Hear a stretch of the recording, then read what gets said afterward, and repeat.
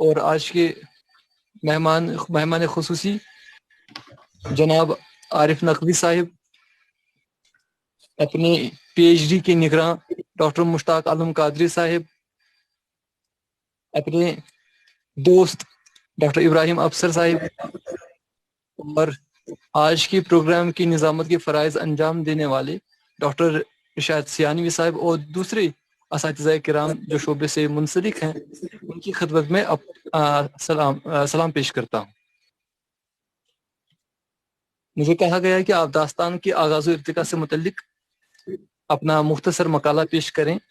تو داستان سے متعلق ہم اسکولوں میں پڑھاتے رہے ہیں اور ابتدا سے ہی ہم پڑھتے رہے ہیں کہ کون کون سی داستانیں اردو میں لکھی گئیں اور ہمارے نصاب میں کون سی داستانیں شامل ہیں، ان داستان کی خصوصیت کیا ہے۔ تو میں آپ کے سامنے اپنا مقالہ پیش کرنے جا رہا ہوں۔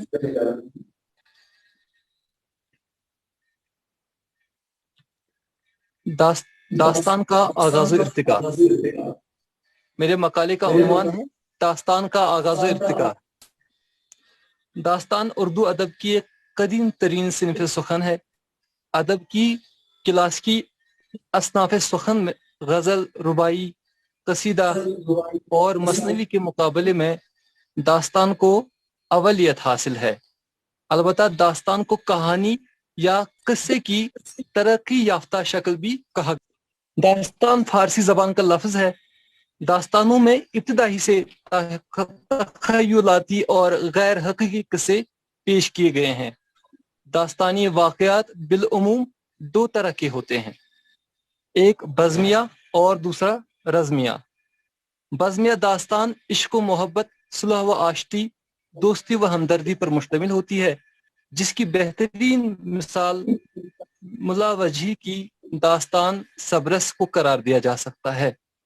جبکہ رزمیہ داستانوں میں دشمنوں کی جنگیں، عیاریاں اور فریب کاریاں شامل ہوتی ہیں، جن کو زیادہ تر مذہب اور تبلیغ مذہب سے تحریک ملتی ہے۔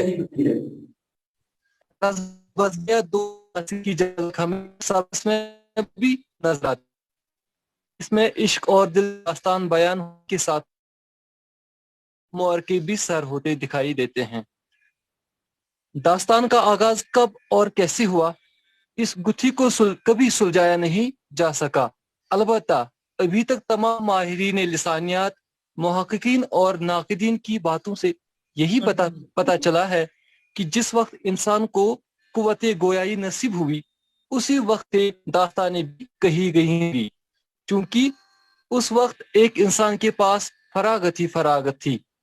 علاوہ ازیں تجربات، خیالات، مشاہدات، رسومات، نظریات، اعتقادات اور تخیلات فطری طور پر انسانی خمیر میں پائے جاتے ہیں۔ اس لیے ان عناصر کے اظہار کے لیے انسان کو ایک دوسرے کا دل بہلانے اور وقت گزارنے کے لیے ایک کام کی ضرورت تھی، جسے داستان نے پورا کر دیا۔ داستان میں انہوں نے اس وقت خیالی قصے اور کہانیاں پیش کی جن میں شہزادہ، پری، جادو وغیرہ غرض حیات و نباتات کے وہ سب کردار شامل ہوتے تھے جن سے داستان کو دلچسپ اور مؤثر بنایا جا سکتا تھا۔ اور ہاں، یہ داستانیں مختصر نہ ہوتی تھیں، بلکہ طوالت بھی داستانوں کو جاذب اور دلکش بنا دیتا ہے، تاکہ ایک قاری کو بہت دیر داستان میں دلچسپی قائم رہے۔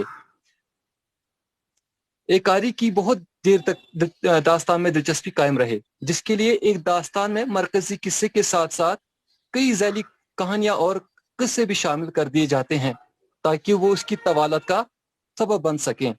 مافوق الفطرت عناصر داستان کا ایک اہم جز ہے۔ اس کے علاوہ قصہ گوئی، کردار سازی، واقعہ نگاری اور پلاٹ وغیرہ بھی داستان میں دلچسپی کا موجب بنتے ہیں۔ ڈاکٹر صاحب، کیا آپ میری آواز سن رہے ہیں؟ ہلو، آپ کی آواز آ رہی ہے؟ اچھا، شکریہ سر۔ پڑھتے رہیں۔ ہم سب یہ جان گئے ہیں کہ داستانوں کا رواج انسان کا دنیا میں جنم لینے اور قوت گویائی کا شرف حاصل ہونے کے بعد ہی سے پایا جاتا ہے۔ تاہم یہ کہنا مشکل ہی نہیں بلکہ ناممکن سا ہے کہ اس سلسلے کی شروعات کس نے کی اور دنیا میں اب تک کتنی داستانیں کہی گئی ہوں گی، جبکہ یہ بات اظہر من الشمس ہے کہ بعض داستانیں ہم تک سینہ بسینہ پہنچی ہیں، بہت ساری داستانیں تلف ہوئیں اور کچھ تو انسان کے ساتھ ہی دفن ہوئی ہوں گی، کیونکہ ابتدائی دور میں لوگوں کے پاس ایسا کوئی وسیلہ نہ تھا کہ داستانوں کو محفوظ رکھا جا سکے۔ اردو میں داستان گوئی کا آغاز کب ہوا، اس سلسلے میں مختلف ماہرین الگ الگ رائے رکھتے ہیں، تاہم بیشتر محققین نے ملا وجہی کی سبرس کو اردو کی پہلی داستان قرار دیا ہے، جو وجہی نے 1635 عیسوی میں گولکنڈہ کی سلطان اور اردو کے پہلے صاحب دیوان شاعر محمد قلی قطب شاہ کی فرمائش پر قلم بند کی۔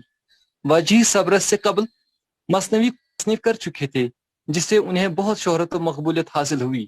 ایک اور وجہ یہ تھی کہ وہ سلطان کے درباری شاعر تھے۔ دراصل ملا وجہی نے ایک فارسی کتاب کو سامنے رکھ کر سبرس تصنیف کی، اسے اردو کی پہلی تمثیلی داستان کی حیثیت بھی حاصل ہے، جس میں چند اجزاء کو جسم عطا کر کے کہانی قصے کی شکل دی گئی ہے۔ یہ ایک ایسی داستان ہے جس سے ایک انسان کو اخلاقی درس بھی ملتا ہے، اگرچہ اس کا اسلوب مقفع ہے، مگر زبان اور موضوع میں غیر معمولی سادگی اور دلکشی پائی جاتی ہے، جس وجہ سے سبرس کو بہت شہرت و مقبولیت حاصل ہوئی، اور آج بھی اس کی بعد شمالی ہند میں میر عطا حسین خان نے 1875 عیسوی میں 1775 عیسوی میں قصہ چہار درویش کا فارسی سے اردو میں ترجمہ کیا، جو مسجع اور مقفع اسلوب میں تھا۔ ان کے بعد انشا کی رانی کیتکی کی کہانی کو بھی داستانوں کی فہرست میں اہم مقام حاصل ہے، جو 1803 عیسوی میں منظر عام پر آئی۔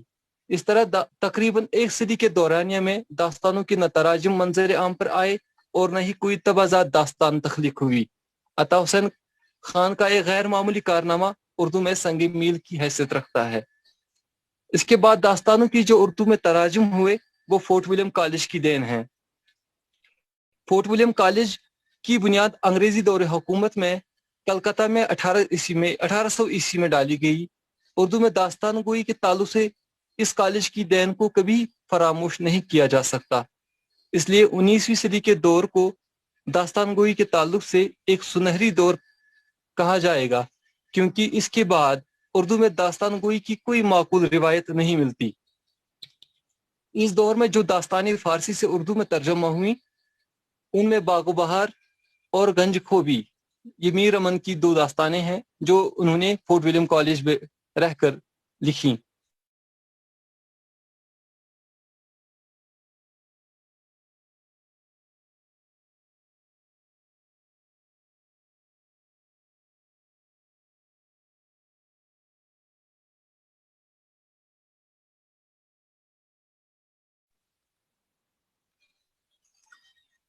ابراہیم انمیوٹ ہو گیا؟ آپ کے انمیوٹ ہو گئے؟ جی جی جی جی موبائل ہینگ ہوا تھا۔ جی جی اب کچھ آخری سطریں ہیں، میں پڑھ کر ختم کرتا ہوں۔ آپ کی آواز آ رہی ہے۔ میر امن کے بعد قصہ مہر و ماہ اور قصہ لیلا مجنوں، طوطا کہانی، آرائش محفل، یہ سید حیدر بخش حیدری کی داستانیں ہیں جو انہوں نے میر امن کے ساتھ رہ کر ہی فورٹ ولیم کالج میں تحریر کی۔ باغ اردو، آرائش محفل، مذہبی عشق نہال چند لاہوری کی داستان ہے۔ داستان امیر حمزہ، یہ خلیل علی خان عشق، نصر بے نظیر، یہ داستان ہے میر بہادر علی حسینی کی۔ بے تال پچیسی، یہ للو لال جی کی داستان ہے۔ سنگھاسن بتیسی، اسے مظہر علی ولا اور للو لال کوی نے وغیرہ دونوں نے ایک ساتھ تصنیف کیا، ترجمہ کیا وغیرہ۔ مشہور داستانیں شامل ہیں جو فورٹ ولیم کالج میں رہ کر لکھی گئیں، اور یہ سب ایک دوسرے کے معاصرین تھے، جن میں حیدر بخش حیدری، میر امن، میر بہادر علی حسینی، نہال چند لاہوری وغیرہ وغیرہ شامل تھے۔ فورٹ ولیم کالج کے بعد جو داستانیں منظر عام پر آئیں ان میں محمد بخش مہجور کی نورتن اور رجب بیگ علی سرور کی فسانہ عجائب، نیم چند کھتری کی گل صنوبر، سخن دہلوی کی سروش سخن، شیون کی تلسم حیرت وغیرہ بھی قابل ذکر ہیں۔ داستانوں کے تحریر کرنے کا ایک مقصد جہاں وقت گزاری ہوا کرتا تھا، وہیں ان میں ایک قاری کو تفریح و تباہ کا سامان بھی بہم پہنچتا تھا۔ داستانوں کی وجہ سے مختلف ادوار میں زمانے کی تہذیب و معاشرت کی بھی عکاسی ہوتی ہے۔ نیز جب سے داستانیں اردو میں ترجمہ ہونا شروع ہوئیں، اسی وقت ہی سے اس میں ہندوستانی معاشرت کے بے پناہ عناصر بھی داخل ہونے لگے۔ یہی وجہ ہے کہ اگر ایک قاری ابتدائی زمانے کی زبان، تہذیب، کلچر، ثقافت، لباس اور عادت و اطوار وغیرہ سے آشنا ہونا چاہے، اس کے لیے داستانیں بہت معاون ہو سکتی ہیں جو ان کی بہترین رہنمائی کر سکتی ہیں۔ شکریہ۔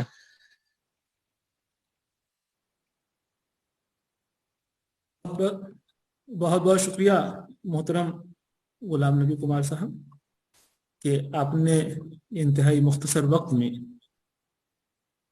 داستان کے آغاز و ارتقاء پر اس طرح روشنی ڈالی، اور بہت سی داستانوں کے نام آپ نے یہاں پیش کیے، بتائے، ان کے